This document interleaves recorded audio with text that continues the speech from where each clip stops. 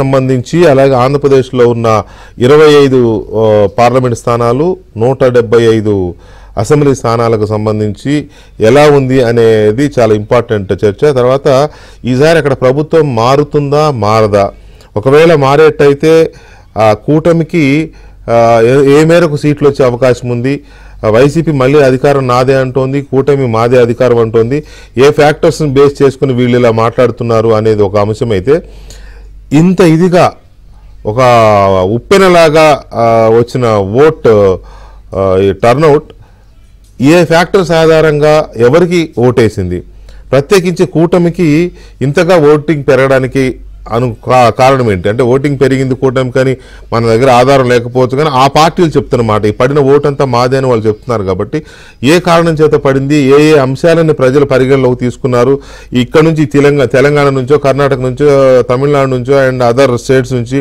Other countries నుంచి వచ్చిన వాళ్ళందరూ కూడా అంత ఇదిగా లక్షలు ఖర్చు పెట్టుకుని, ఇక్కడైతే వేలకు ఖర్చు పెట్టుకుని అంత ఇదిగా ఎందుకు వెళ్ళారు, ఏం ఆశించి వెళ్ళారు, లేదా ఏం కాపాడుకోవడానికి వెళ్ళారు, అక్కడ ఉన్నవాళ్ళు ఏం కాపాడుకోవడానికి అంత ఇదిగా తరలి వచ్చి ఓట్లేశారు. ప్రత్యేకించి 6 గంటల నుంచే మధ్యతరగతి, దిగువ మధ్యతరగతి, ఎగువ మధ్యతరగతి మహిళలు 6 గంటల నుంచే బూతులకు వచ్చేసి అక్కడ క్యూలో నిలబడడం అనేది ఈసారి కొంత ఆసక్తికర పరిణామం. సో వీటి మీద తెలుగుదేశం పార్టీ అలాగే జనసేన, బీజేపీ ఎలా అంచనా వేస్తున్నాయి, అలాగే న్యూట్రల్స్ ప్రత్యేకించి ఈ రాజకీయ విశ్లేషకులు కానీ సెఫాలజిస్టులు కానీ దీన్ని ఎలా అంచనా వేస్తున్నారు. అఫ్కోర్స్ ఎగ్జిట్ పోల్స్ ఇవ్వడానికి చూస్తున్న రోజు ఇది. జగన్మోహన్ రెడ్డి గారు నన్ను 3 ఏళ్ల ముందే ఇంటికి పంపించేస్తున్నారు, నన్ను 3 ఏళ్ల ముందే పీకేశారు అని చెప్పి ఏదేదో మాట్లాడుతూ ఉన్నారు. గత 2019లో కూడా అదే మార్చి 15కి షెడ్యూల్ వచ్చింది, అదే ఏప్రిల్లో ఎన్నికలు జరిగాయి, అదే ఇంచుమించుగా మే ఆఖరిలో ప్రభుత్వం ఏర్పడింది. సేమ్, పెద్ద డిఫరెన్స్ ఏ లేదు.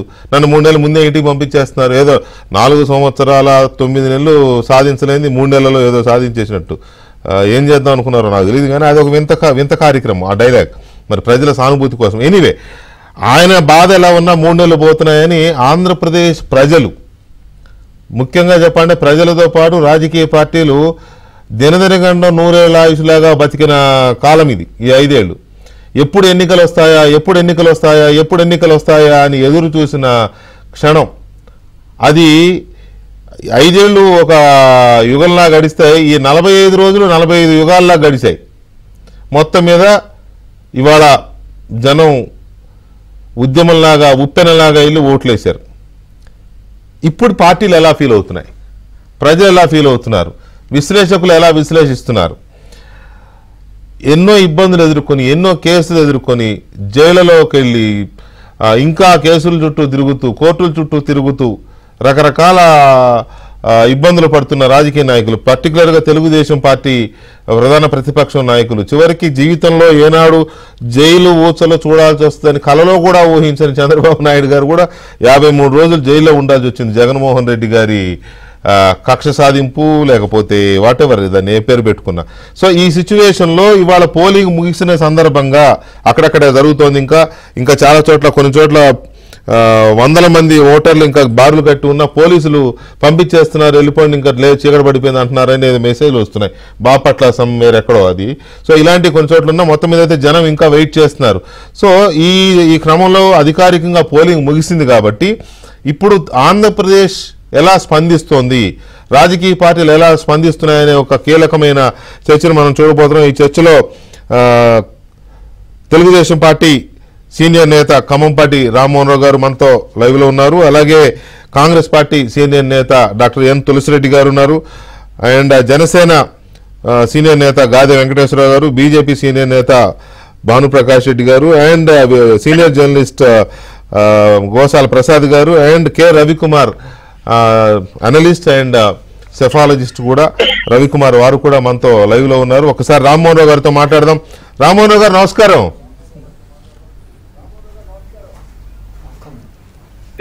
నమస్కారం. ఇదేదో వినపట్లేదా? ఆడియో క్లియర్గా లేదు. లేదు, చూద్దాం, వేరే గెస్ట్ కన్నా చూస్తారా ఏమయ్యా? మరి మాట్లాడండి, నేను వేరే మాట్లాడతాను. మీ టెక్నికల్ సెట్ చేస్తారండి. ఈ లోపు నేను వేరే మన తులసిరెడ్డి గారితో మాట్లాడతాను. తులసిరెడ్డి గారు ఏమంటారు? తులసిరెడ్డి గారు గుడ్ ఈవినింగ్ అండి. గుడ్ ఈవినింగ్ హరీష్ గారు. మొత్తం మీద ఎన్నికలు ముగిసాయి. ఎప్పటి నుంచి అంటున్నారు ఈసారి మా ప్రభుత్వం ఏర్పడడం ఖాయమని. కాంగ్రెస్ ప్రభుత్వం ఏర్పడడం ఖాయంగా కనపడుతుందా? ఇప్పుడు నేను మార్నింగ్ 6 నుండి ఇప్పుడు 6 వరకు నేను వచ్చేసి పులివెందుల నియోజకవర్గంలో బూతుల చుట్టూ ప్రదర్శన చేస్తా ఉన్నాను. కాబట్టి నాకు ప్రపంచంలో ఏం జరిగింది, రాష్ట్రంలో ఏం జరిగింది, ఈవెన్ కడప జిల్లాలో కూడా అదర్ దాన్ పులివెందుల ఏం జరిగింది నాకు తెలియదు. ఇంతవరకు టీవీ చూడలేదు, ఏం చూడలేదు. పులివెందుల వరకు చెప్పగలను, పులివెందుల వరకే చెప్పగలను నేను. ఎందుకంటే మిగతా నియోజకవర్గాలు కూడా ఈ రోజు ఏం జరిగింది నాకు తెలియదు. No problem. ఒక పులివెందుల వరకు నా అబ్జర్వేషన్ ఏమంటే, పులివెందుల్లో ఇది భారీగా క్రాస్ ఓటింగ్ ఎంపీకి వచ్చేసి అటు టీడీపీలో ఇటు వైకాపాలో, టీడీపీలో వచ్చేసి ఎమ్మెల్యేకు టీడీపీ వాళ్ళకి వేసుకొని ఎంపీకి శర్మిలమ్మకి వేయడం అనేది భారీ స్థాయిలో జరిగింది. ఈవెన్ వైకాపాలో కూడా ఆ స్థాయిలో కాదులో కానీ కొంతవరకు వచ్చేసి వైకాపాలో జరిగింది. ఏది ఎమ్మెల్యేకి వచ్చేసి రాజశేఖరుడి కొడుకు వేస్తాం, ఎంపీకి వచ్చేసి రాజశేఖరుడి కూతురుకి వేస్తాం అనే యాంగిల్ వచ్చేసి అవినాష్ రెడ్డి అనేది ఉంది. కాబట్టి ఇక్కడ జగన్ రెడ్డి కంటే కూడా జగన్ రెడ్డి కొడుకు రాజశేఖరుడికి, ఆయనకి ఎమ్మెల్యేకి ఆయనకి వేస్తాము అంటే వైకాపాలో, ఎంపీకి వాళ్ళ కూతురికి వేస్తాము అనే యాంగిల్ వచ్చేసి వైకాపాలో శర్మిలంకు క్రాస్ పడటం జరిగింది. కానీ టీడీపీ స్థాయిలో లేదు. టీడీపీ వాళ్ళు ఎందుకంటే ముందు వచ్చేసి శర్మిలమ్మ గెలిస్తే ముందు వచ్చేసి ఒక సీటు గెలిచినా కానీ జగన్మోహన్ రెడ్డికి అది వచ్చేసి భవిష్యత్తులో అనేది యాంగిల్ వచ్చేసి టీడీపీ వాళ్ళు యాంగిల్ ఆలోచించారు. తర్వాత వచ్చేసి మైనారిటీలు చాలా లార్జ్ స్కేల్లో అటు ముస్లిం మైనారిటీస్ కానీ క్రిస్టియన్ మైనారిటీస్ కానీ 90% మొగ్గు చూపారు. తర్వాత మహిళలు వచ్చేసి విపరీత స్థాయిలో మహిళలు సెంటిమెంట్ బ్రహ్మాండంగా పనిచేస్తుంది. అటు శర్మిలమ్మ కొంగుబెట్టడం కానీ, సునీత ప్రచారం కానీ, తర్వాత సౌభాగ్యమ్మ ఆవిడ లాస్ట్ డే వచ్చేసి ప్రచారంలో ఆవిడ చెప్పడం కానీ, విజయమ్మ, ఇవన్నీ లేడీస్ సెంటిమెంట్ వచ్చేసి విపరీతంగా పనిచేశాయి. దాంతో మైనారిటీస్, తర్వాత క్రాస్ ఓటింగ్. కాబట్టి డెఫినెట్ గా మామూలుగా డబ్బు ప్రభావం పక్కన పెడితే, డబ్బు ప్రభావం కన్నా పనిచేయకుంటే డెఫినెట్ గా 3 లక్షల పైచులకు మెజార్టీతో జిల్లా వ్యాప్తంగా గెలవచ్చు. కానీ పులివెందులోనే మెజార్టీ వస్తుంది. నేను మిగతా చోట కూడా ఆల్మోస్ట్ నేను ప్రచారం చేశాను కాబట్టి ఆల్మోస్ట్ ఆ పరిస్థితి ఉంది. పులివెందుల్లో డబ్బు ప్రభావం అనేది పక్కన పెడితే మంచి మెజార్టీ, ఒక 30,000 మెజార్టీ పులివెందుల అసెంబ్లీ కాన్స్టిట్యూన్సీలోనే ఆవిడకి వచ్చే అవకాశం ఉంది. సో ఓవరాల్ గా చూస్తే కాంగ్రెస్ పార్టీకి ఒక ఎంపీ సీటు పక్కా అంటారు. అది నా అభిప్రాయం. అదే మీ అభిప్రాయమే కాదండి, ఓవరాల్ గా ఫీడ్బ్యాక్ కూడా అలాగే వస్తుంది. మహిళలు బయటకు వచ్చి సపోర్ట్ చెప్పడానికి భయపడిన అండర్ కరెంట్ లాగా మొత్తం షర్మిలకే మద్దతుగా ఉన్నారు అనేది ఇప్పుడు కాదు, వారం 10 రోజుల నుంచి నడుస్తోంది. ఇప్పుడు అదే ఇంచుమించుగా ఈ రోజు కూడా అది ప్రత్యక్ష స్పష్టంగా తెలిసింది. ఎందుకంటే నేను మొత్తం కంటిన్యూస్ గా నేను వచ్చేసి 6 AM to 6 PM కంటిన్యూస్ గా తిరుగుతున్నా కాబట్టి బూతుల కాదు ఎక్కడ చూసినా గానీ ఎస్పెషల్లీ మార్నింగ్ 12 గంటల వరకు అయితే విపరీతమైనటువంటి సెంటిమెంట్, మహిళలు, మైనారిటీలు, మిగతా క్రాస్ ఓటింగ్. మధ్యాహ్నం నుండి కొంత వచ్చేసి డబ్బు ప్రభావం కొంత చూపిండొచ్చు. కాకపోతే ఏమంటే ఇక్కడ వైకాపా వాళ్ళు ఓటుకు 2,000 ఇచ్చారు, టీడీపీ వాళ్ళు ఓటుకు 1000 ఇచ్చారు, మేము ఇవ్వాలి. ఇది కొంతవరకు వచ్చేసి ఇది జరిగిన వాస్తవం. దీంట్లో వచ్చేసి ఇప్పుడు ఒకటి డబ్బులు పంచడం అనేది వాస్తవం, పంచకపోతే పని జరగదు. మీకేంటంటే మీకు ఒక ధీమా ఏంటంటే ఖచ్చితంగా సానుభూతి ఉందిలే, నాన్న పేరు చెబితే మనకేరా అని మీరు డబ్బులు పంచలేదేమో. లేదు, మా దగ్గర లేదు కూడా.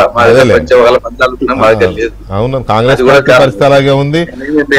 మేమొచ్చేసి చాలా లేదండి, కాదనట్లేదు. డెఫినెట్ గా కాంగ్రెస్ పార్టీ పరిస్థితి అలాగే ఉంది. ఆస్తి పంచకుండా, ఆస్తులు ఇవ్వకుండా అన్న ఇంట్లోంచి ఎలగొట్టారు కాబట్టి షర్మిల గారి పరిస్థితి అలాగే ఉండుండొచ్చు బహుశా అని అనుకుంటున్నాను. అందుకనే ఓట్లు కొనే పరిస్థితి ఉండకపోతే. ఎనీవే, రామ్మోహన్ గారు నమస్కారం. ఇప్పుడు వినబడుతుందా? బాగానే నమస్కారం.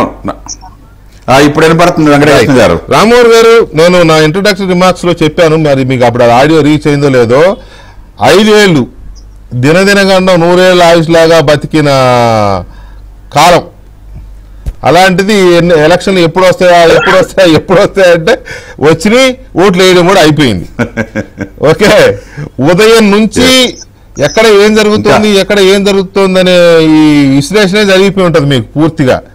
అక్కడక్కడ దాడులు, కొట్టడం, గొంతులు వేయడాలు, లేకపోతే ఆవిడ మహిళా ఏజెంట్ పాపం నిజంగా అది గొడ్డలతో కొట్టినట్టే అనిపించింది నాకు. అది చూస్తే గొడ్డలే గుర్తొచ్చింది. సో ఇలాంటి సిచ్యువేషన్ మధ్య అఫ్ కోర్స్ అయినా కూడా పెద్దగా హింస జరగదు అనుకోండి. మొత్తం మీద పోలింగ్ ముగిసింది, ఇంకా జరుగుతుంది కదా చాలా చోట్ల. ఏంటి ఓవరాల్ గా ఇవాళ పోలింగ్ ముగిసిన తర్వాత మీ పార్టీ అంచనాలు ఏంటి? పోలింగ్ సరళిని మీరు ఎలా విశ్లేషిస్తున్నారు?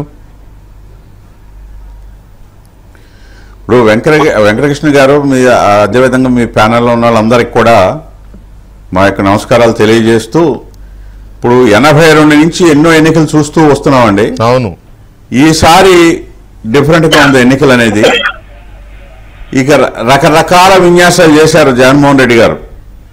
అంటే 5 సంవత్సరాలు ప్రజలకి ఏమీ చేయకపోగా ఈ ఎన్నికల్లో కూడా అనేక విన్యాసాలు చేశారు. అయినప్పటికీ కూడా ఉదయం నుంచి కూడా ప్రజల బారులు తీరి ఓటింగ్కి రావాలి, ఓటు వెయ్యాలి, జగన్కి వ్యతిరేకంగా ఓటు వెయ్యాలి అని క్యూలో నుంచున్నారండి. మీరు వెంకటకృష్ణ గారు 4 నుంచి 5 గంటలు అవును నుంచుంటే గానీ ఓటు వాళ్ళ యొక్క ఓటు వేసే పరిస్థితి లేకుండా మరి మిషన్స్ వాంటెడ్ గా ప్రభుత్వం చేపిస్తుందా, ఎలక్షన్ కమిషన్ మరి నిర్లక్ష్యమా, లేకపోతే వేరే కారణాలు ఏదన్నా గానీ ఓటర్ మాత్రం 4 నుంచి 5 గంటలు శ్రమ పడితే తప్ప తన ఓటు హక్కు వినియోగించుకోలేని పరిస్థితిని ఇవాళ స్వయాన నేను చూసిన దాఖలాలు ఉన్నాయి వెంకటకృష్ణ గారు. అయినప్పటికీ కూడా దేశ విదేశాల నుంచి వచ్చి అనేక ఇతర రాష్ట్రాల నుంచి వచ్చి వాళ్ళ ఓటు హక్కును వినియోగించుకుని ఈ ప్రభుత్వానికి బుద్ధి చెప్పాలని నాకు ఎక్కడికక్కడ ప్రజలు వాళ్ళు చెప్తూ వస్తున్నారు. అంటే ప్రభుత్వ వ్యతిరేకత పరాకాష్ట. మనం ఇన్ని ప్రభుత్వాలు చూసాం కానీ ఇంత వ్యతిరేకత అనేది నేనైతే ఇప్పుడు చూడలేదు. అది స్పష్టంగా కనపడుతుంది. రెండోది, అభివృద్ధికి పట్టం కట్టాలి అనేది ఎక్కడికి వెళ్ళినా కానీ క్లియర్గా కనపడుతుంది. ఎంప్లాయీస్ అంతకుముందు ఓటు వేయనండి, ఈవేళ ఓటింగ్ సరళ చూడనివ్వండి, చాలా స్పష్టంగా మాకైతే కనపడతా ఉంది. సైకిల్ వైపు ప్రజలంతా కూడా ఓటు వేశారు. అత్యధిక స్థానాలు మాకు రాబోతున్నాయి అనేది నాకు క్లియర్గా ఇండికేషన్స్ ఉన్నాయి.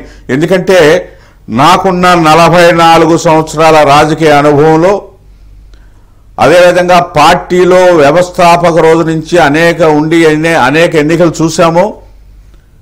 ఈసారి క్లియర్గా కనపడతా ఉంది వెంకటకృష్ణ గారు.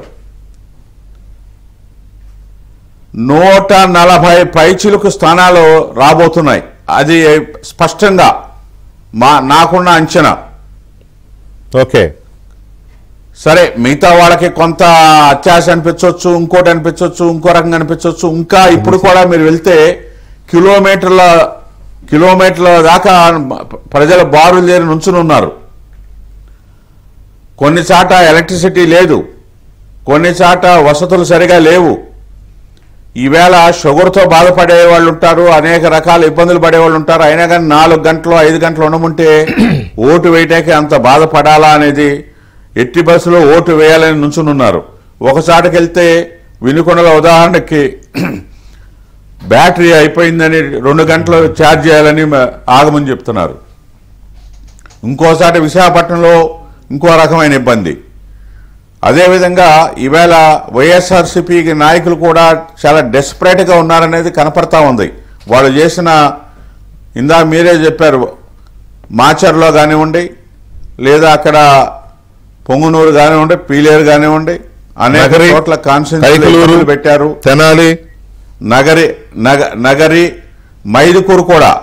తెనాలి అయితే ఒక శాసనసభ్యుడే స్వయం బెంగళూరు నుంచి ఒక ఓటర్ వస్తే క్యూలో రండి అని అన్నందుకు కొట్టేశాడు ఆయన్ని. ఇవన్నీ కూడా దాఖలాలు చూస్తూ ఉంటే వాళ్ళు తెనాలి, అవును. సో ఇవన్నీ చూస్తుంటే వాళ్ళు నిస్సహాయ పరిస్థితుల్లో ఆక్రోషంగా ఏం చేయాలో తెలియక మరి అనేక హింసలు పెట్టారు మా కార్యకర్తలను కానీ, సామాన్య ఓటర్స్ కానీ. అదేవిధంగా కొన్నిసార్లు పోలీసు మీరు 140 అన్నారు కదా, మీరు ఈ 140 అని అన్నారు. పార్లమెంటు ఎన్ని ఎక్స్పెక్ట్ చేస్తారు మీ కూటమికి? అవుట్ ఆఫ్ 25 కాంగ్రెస్ తులసిరెడ్డి గారు తీసేసుకున్నారు. అవుట్ ఆఫ్ 25 కూడా అలాగే ఉంది, నో డౌట్ అందులో. అవునండి. 20+ఏనండి. ఓకే. సో ఓవరాల్ గా స్టేట్ మొత్తం నుంచి కూడా మీ క్యాడర్ వచ్చే ఫీడ్బ్యాక్, ఇప్పుడు మీరు చేస్తున్న విశ్లేషణకి రాష్ట్ర వ్యాప్తంగా ఉన్న మీ కార్యకర్తలు, మీ నెట్వర్క్ ఇచ్చే ఫీడ్బ్యాక్ కూడా అలాగే ఉందా? అలాగే ఉందండి. మీరు ఉత్సాహం చూస్తే ఇప్పుడు దాకా సార్ కూడా ఇక్కడే ఉన్నారు, పార్టీ ఆఫీసులు ఇప్పుడే వెళ్తుంటే ఆల్రెడీ ఇక్కడే స్లోగన్లు ఇచ్చుకుంటూ కార్యకర్తలందరూ విపరీతంగా వచ్చి ఉన్నారు. అంటే అదేవిధంగా ఎవరికి ఎవరితో మాట్లాడినా కానీ ఎక్కడ చూసినా కానీ అదే వాతావరణం కనపడుతూ ఉన్నది, అదే వాతావరణం కనపడుతుంది. సరే, మిగతా వాళ్ళు రాజకీయ విమర్శలు ఏమి చేసినా కానీ ఎన్డీఏ ప్రభుత్వం ఆంధ్రప్రదేశ్లో రాబోతున్నది అనేది స్పష్టంగా కూడా సంకేతాలు పొద్దున్నుంచే కనపడుతూ ఉన్నాయి.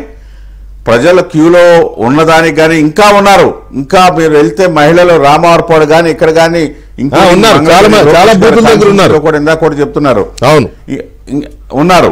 సో వాళ్ళకి ఇబ్బందులు, నేనేమంటున్నానంటే త్రాగు నీరు లేకపోయినా కానీ, మధ్యాహ్నం ఎండ ఎక్కువగా ఉంది, అయినప్పటికీ వసతులు లేకపోయినా కానీ, వాతావరణం సహకరించకపోయినా కానీ వాళ్ళ ఓటు హక్కు వినియోగించుకోవాలని దేశ విదేశాల నుంచి, ఇతర రాష్ట్రాల నుంచి, ఇతర ప్రాంతాల నుంచి వచ్చి ఎటువంటి ఈ ప్రభుత్వానికి బుద్ధి చెప్పాలని ఎక్కువ మెజారిటీ ఆఫ్ ద పీపుల్ వచ్చారు. అయితే రామ్మోహన్ గారు అన్నట్టుగా సుదూర ప్రాంతాల నుంచి ఎంతో వ్యయ ప్రయాసలు కోర్చి రాష్ట్రానికి వచ్చి ఓటు హక్కుని వినియోగించుకోవడం అనే దాంట్లో ఒక రకమైన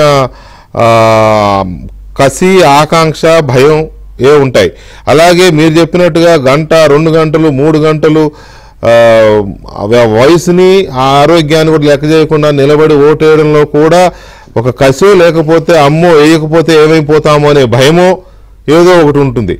అలాగే ఉదయం 6 నుంచే నేను ఎప్పుడు చూడలే మధ్యతరగతి, దిగువ మధ్యతరగతి, ఎగువ మధ్యతరగతి మహిళలు ఎలా ఉంటారంటే కాస్త మెల్లగా 8-9 ప్రశాంతంగా పిల్లలందరినీ కాస్త స్నానాలు చేర్చుకుని ఎప్పుడో రావడం చూస్తాం మనం. అలాంటిది ఈసారి 6:30కే బూతుల దగ్గర కనిపించారు మహిళలు.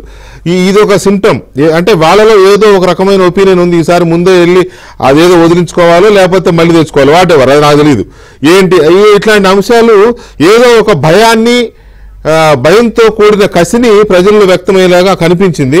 అదేంటనేది మీరు చెప్పే ముందు ఒకసారి మన అనలిస్ట్ ఉన్నారు, రవికుమార్ ఉన్నారు, రవికుమార్తో మాట్లాడదాం. రవికుమార్ గారు, గుడ్ ఈవినింగ్ అండి.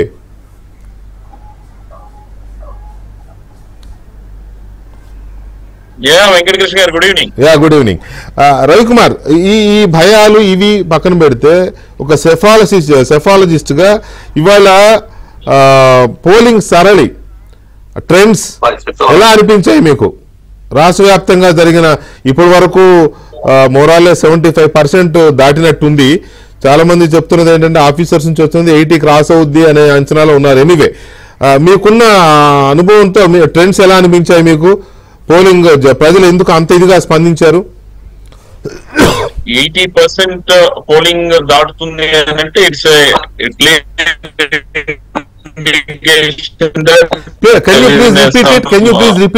Alarming well for any ruling government అనేది ఉంటుంది. కాదు, మళ్ళీ రిపీట్ చేయరా? అది 80% పోలింగ్ పర్సెంటేజ్ దాటుతుంది అంటే అది అలార్మింగ్ బెల్ గానే చూస్తాం మనం. ఓకే.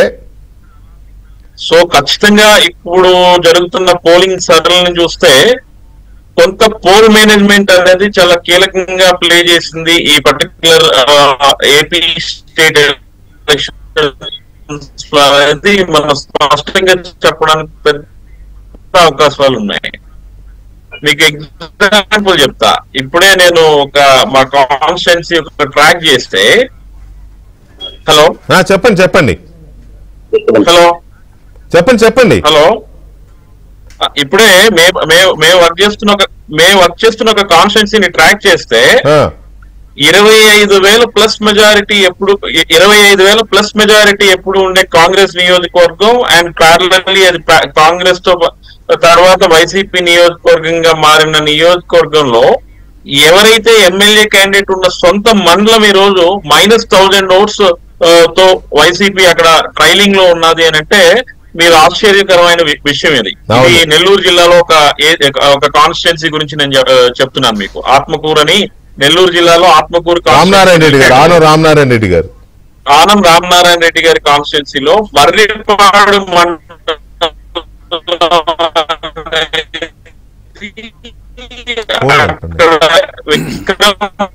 రెడ్డి గారి సొంత మండలం.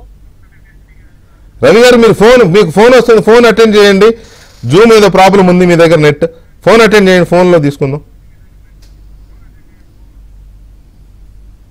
వాల్యుబుల్ అనాలిసిస్ మిస్ అవుతున్నాం కదా.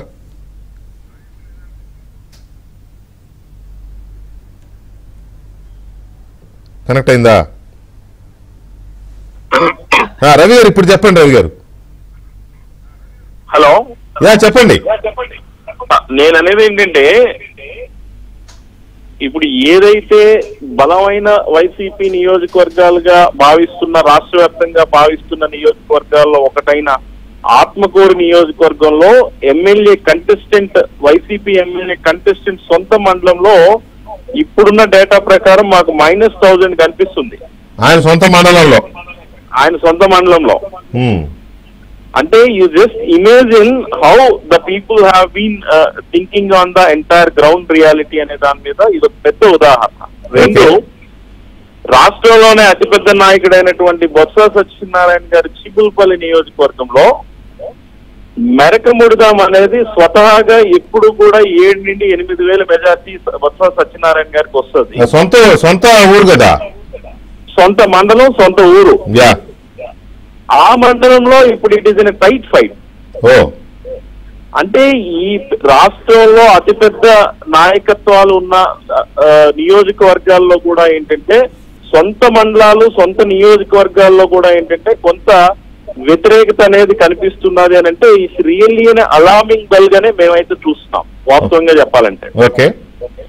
But on the other side of the coin చూసుకుంటే, టీడీపీ, జనసేన, బీజేపీ ఎలియన్స్ లో భాగంగా ఏదైతే జనసేన, బీజేపీ పోటీ చేస్తున్న 34 నియోజకవర్గాలు, యావరేజ్ 34-31 నియోజకవర్గాలు ఉన్నాయి. ఆ నియోజకవర్గాలతో పాటు టీడీపీ కొత్తగా అభ్యర్థులు కొన్ని నియోజకవర్గాల్లో ప్రకటించింది. ఎగ్జాంపుల్ మీరు చూస్తే అనంతపురం అర్బన్ ఎవరో ప్రసాద్ అని చెప్పి ఒక ఆయన. వీళ్ళకి ఏంటంటే పోల్ మేనేజ్మెంట్ లో పూర్తి స్థాయి నైపుణ్యం లేకపోవడం. సో ఈ ఇబ్బందులు కూడా కొంత ఎలియన్స్ పార్టీలో ఉన్న కొంతమంది అభ్యర్థులు ఫేస్ చేయాల్సిన సందర్భం ఉన్నది. కాబట్టి యాజ్ ఆఫ్ నౌ ఆ ట్రాకర్ ఈజ్ టెలింగ్ ఒక 20 నుండి 28 నియోజకవర్గాల్లో ఈ పోల్ మేనేజ్మెంట్ టీడీపీ అనేది బలంగా చేయలేకపోయింది అనేది కనిపిస్తుంది మనకి. సో ఇలాంటి పరిస్థితుల్లో ఇప్పుడున్న ట్రాకర్ లో ఆల్మోస్ట్ 175 నియోజకవర్గాల్లో మేము యావరేజ్ గా నియోజకవర్గంలో 75 పోలింగ్ పిఎఫ్ స్టేషన్స్ ని మేము ట్రాక్ చేస్తే ఒక్కొక్క నియోజకవర్గంలో చెప్పండి 53 నుండి 63 నియోజకవర్గాల మధ్య వైసీపీ బెంచ్ మార్క్ ని మీట్ అయ్యే అవకాశం కనిపిస్తుంది. వేరే కూటమి ఈజ్ గోయింగ్ విత్ 100+ తో కనిపిస్తుంది. అంటే 104 నుండి 114 మధ్య కనిపిస్తుంది. కానీ ఇప్పుడు ఏదైతే ఇంకా క్యూ లైన్ లోనే చాలా మంది ఉన్నారు, పోలింగ్ పర్సంటేజ్ ఇంకా పెరిగే అవకాశం కూడా ఇవన్నీ ఉన్నాయి. కాబట్టి ఇప్పుడు ఈ చెప్పిన 28 నియోజకవర్గాల్లో పోల్ మేనేజ్మెంట్ ఏదైతే వీక్ అని చెప్పి మనం చెప్తున్నామో, ఆ వీకెండ్ ఏసీస్ లో ఉన్న పరిస్థితులు బట్టి మనకి ప్రాపర్ అంచా అరౌండ్ 11-11:30 కల్లా కంప్లీట్ డేటా అనేది చెప్పడానికి అవకాశం ఉంది. బట్ యాజ్ ఆఫ్ నో ఇప్పుడు తీసుకుంటే ఈ రోజు సాయంత్రం 6 గంటలకి పోలింగ్ సరళిని పరిశీలించిన అన్ని నియోజకవర్గాల అభ్యర్థులు, అన్ని పార్టీల తాలూకా అభ్యర్థుల తాలూకా బలాబలాలు చెక్ చేసుకున్నా, ఓటింగ్ ప్యాటర్న్స్ చెక్ చేసుకున్నా, పోల్ మేనేజ్మెంట్ క్రైటీరియాని తీసుకున్నా, కూటమికి లిటిల్ ఎడ్జ్ అనేది కనిపిస్తున్నది అనేది స్పష్టంగా చెప్పొచ్చు. అది ఖమ్మంపాటి రామ్మోహన్ రావు గారు 140 వరకు ఎక్స్పెక్ట్ చేయడంలో తప్పేం లేదు. ఎందుకంటే ఎవరి పార్టీ వాళ్ళు బలంగా ఉందనుకుంటున్నారు. But at the same time ఈ రోజు ఐపాక్ కూడా 1 గంట క్రితం ఒక రిపోర్ట్ ఏంటంటే 130+ నియోజకవర్గాల్లో వైసీపీ గెలుస్తుందనేది వాళ్ళు కూడా చెప్పడం జరిగింది. మరి వాళ్ళ అంచనా ప్రకారం నిన్న ప్రశాంత్ కిషోర్ గారు చెప్పిన 53 నియోజకవర్గాలకు పరిమితం అవుతుంది జగన్మోహన్ రెడ్డి గారు అని చెప్పి ఏదైనా సీనియర్ మోస్ట్ స్ట్రాటజిస్ట్ మా కౌంటర్ పార్ట్ గానే చూస్తాం మేము, ఆయన కూడా చెప్పడం జరిగింది. కాబట్టి సో కొంత వీళ్ళు 130 ఎలా ఇచ్చారనేది నిజంగా మాకు కూడా అర్థం కాని విషయం. ఎందుకంటే ఒక సీనియర్ మోస్ట్ ఎక్స్పర్ట్ 53 వస్తాయని చెప్పిన తర్వాత ఈ రోజు జరిగిన పోలింగ్ సరళి ట్రెండ్ ఇవన్నీ చూసుకుంటే వైసీపీ రూలింగ్ పార్టీ తాలూకు అభిప్రాయం ఏంటి అని అంటే వెల్ఫేర్ ఓటర్స్ అనే వాళ్ళు విపరీతంగా క్యూలో నిలబడ్డారు, జగన్ గారికి వాళ్ళ గ్రాటిట్యూడ్ చెప్పడానికి నిలబడ్డారు అనేది వాళ్ళ సైడ్ నుండి వినిపిస్తున్న ఒక వాదన. అయితే నేనేమంటానంటే జగన్మోహన్ రెడ్డి గారి ప్రభుత్వం కానీ జగన్మోహన్ రెడ్డి గారి ప్రభుత్వంలో ఉన్న ముఖ్య నాయకులందరూ కానీ ఎంటైర్ స్టేట్ లో వాళ్ళు డెలివరీ చేసిన వెల్ఫేర్ అంతా కూడా ఆల్మోస్ట్ స్టేట్ లోనే విత్ ఇన్ కాన్స్టిట్యున్సీస్ లోనే 90% ఓటింగ్ అనేది వాళ్ళకి ఎగ్జిస్ట్ అయి ఉంటది. ఎందుకంటే ఒక పెన్షన్ తీసుకునేవాళ్ళు హైదరాబాద్ బెంగళూరులో ఉండే వాళ్ళకి ఆ మెకానిజం వీళ్ళు స్ట్రీమ్ లైన్ చేశారు. రవి నిజానికి మీరు అన్నట్టు జగన్మోహన్ రెడ్డి పూర్తిగా డిపెండ్ అయ్యింది ఈ వీళ్ళ మీదే, ఈ వెల్ఫేర్ ఓటర్స్ మీదనే, నో డౌట్, 100% నో డౌట్. తర్వాత ఇంతో క్రిస్టియానిటీ క్రైస్తవ సోదరుల మీద, క్రైస్తవ ఓటు బ్యాంక్ మీద ఆయన పూర్తిగా డిపెండ్ అయి ఉన్నాడు. అయితే అది కాస్త షర్మిల గారు దాదాపు ఏవో 50% లాగేసినట్టుగా ఒక అంచనాలు ఉన్నాయి. ఓకే, తర్వాత వెల్ఫేర్ ఓటు బ్యాంక్ అనేది ఎప్పుడు స్టిక్ ఆన్ అయి ఉంటుందా? ఎందుకంటే రవి నాకు 100 రూపాయలు ఇస్తాడు అని అనుకున్నప్పుడు నేను రవికి కట్టుబడి ఉంటాను. కానీ అదే 100 రూపాయలతో పాటు అభివృద్ధి కూడా చేసి చూపిస్తారని రామ్మోహన్ గారు చెప్తే నేను అటు మొగ్గు చూపుతాను. నాకేం నష్టమే ఉంది, నాకు ఎవరైనా ఇస్తారు కదా. ఇవాళ సూపర్ 6 లో 4,000 రూపాయల పెన్షన్ అని ఇటువంటి ఇంతకంటే ఎక్కువ ఇస్తున్నారు కదా వెల్ఫేర్. అధికార ప్రతినిధి సీనియర్ నేత భానుప్రకాష్ రెడ్డి గారిని కదిలిద్దాం. భాను గారు నమస్తే. ఏంటి పోలింగ్ బూత్ లోకి వెళ్ళి మీరు ఫైటింగ్ ఏంటండి బాబు వాళ్ళతో? ఆ గొడవలు, తోపులాటలు, ఇదేమి రాజకీయం అండి? దొంగ ఓట్లు వేస్తే ఎట్లన్నా? ప్రజాస్వామ్య పద్ధతిలో ఎన్నికలు జరగాలి. దొంగ ఓట్లు మేము ముందు నుంచే చెప్తున్నాం. జగన్మోహన్ రెడ్డి కరెన్సీ నోట్లు దొంగ ఓట్లని నమ్ముకున్నాడు. మీ వెనకాలేమో గోవిందుడు ఉంటాడు, గోవిందా గోవిందా అని. కొండ మీదేమో ఆయన డైరెక్ట్ గా ఇది ఉంటాడు, కిందేమో అంతా దొంగలు, లక్షల మంది దొంగ ఓటర్లు అప్పుడు తయారు చేస్తే మీ అభ్యర్థినే ఓడించారు వాళ్ళు. మీరు ఏం చేయలేపారు కేంద్రంలో అధికారంలో ఉండి. మళ్ళీ ఇప్పుడు 50,000 మంది ఉన్నారంటే ఏం సార్ ఇది? డెమోక్రసీని ఏం చేస్తున్నారు మీరు వాళ్ళు కలిసి? అందుకనే ఆంధ్రప్రదేశ్ కు పట్టినట్టు జగన్ గ్రహణం పోయిందన్నా. పోయిందా? ఆంధ్రప్రదేశ్ పోయింది. పట్టినట్టు ఖచ్చితంగా చెప్తే మీరు రాసుకోండి. ఆంధ్రప్రదేశ్ పట్టినట్టు జగన్ గ్రహణం పోయింది. ఆంధ్రప్రదేశ్ కి చంద్రుడి చల్లని దీవెనలు రాబోతున్నాయి. మామూలుగా కోరుకున్నారు రామ్మోహన్ గారు కాదు, అదేదో సినిమాలో శృతి హాసన్ లాగా రామ్మోహన్ గారు బయటికి నవ్వకుండా లోపల నవ్వుకుంటా. ప్రజలు అది కాదు ప్రజాభిప్రాయం, కాదు ప్రజాభిప్రాయం చెప్తున్నాడు ఆయన వెంకటకృష్ణ గారు. నేను కాదనట్లేదండి, ఆయన అభిప్రాయాన్ని అది ఎన్ని రకాలుగా అనుకోవచ్చు. ఓకే చెప్పండి భాను గారు, చెప్పండి. ఈ రోజు నేను 7ంటికి ఓటు వేయడానికి వెళ్ళాను. నేను కరెక్ట్ గా 6:50కి వెళ్ళిపోయా. పోతే అప్పటికే దాదాపు 200-300 మంది ఉన్నారు. 200 నేను దాదాపు 25 సంవత్సరాలుగా రాజకీయాల్లో ఉన్నాను. నేను కూడా ఒక 4-5 ఎన్నికలు చూస్తున్నాను ప్రత్యక్షంగా. ఈ రోజు వచ్చినటువంటి స్పందన ప్రజల్లో ఏ రోజు రాలేదు. జగన్ ఓడిపోవాలని చెప్పి, నిజం చెప్తున్నా, జగన్ ఓడిపోవాలని చెప్పి ఓటేసేదానికి వచ్చారు ఈ రోజు ప్రజలంతా. సరే ముస్లిం వాళ్ళు వీల్ చైర్ లో అమెరికా నుంచి వచ్చారన్న 2,30,000 రూపాయలు టికెట్ కొనుక్కొని జగన్మోహన్ రెడ్డి ఓడించాలని చెప్పి వచ్చారు. చెప్పాడు అన్న భాను, నేను 2,30,000 రూపాయలు టికెట్ పెట్టుకొని వచ్చినాను. ఈ రాష్ట్రం ఆంధ్రప్రదేశ్ బాగుపడాలి, నా పిల్లలు బాగుండాలి, ఆంధ్రప్రదేశ్ ప్రజలు భవిష్యత్తు బాగుండాలని చెప్పి విదేశాల నుంచి దాదాపు నాకు తెలిసిన వాళ్ళు ఒక 6-7 మంది నా బూత్ లోనే పడ్డారు. 97 బూత్ నెంబర్ లోనే. ఇంకా మొత్తం రాష్ట్రం మొత్తం ఏ విధంగా వచ్చుంటారు చూడండి. నేను అదే అడుగుతున్నా.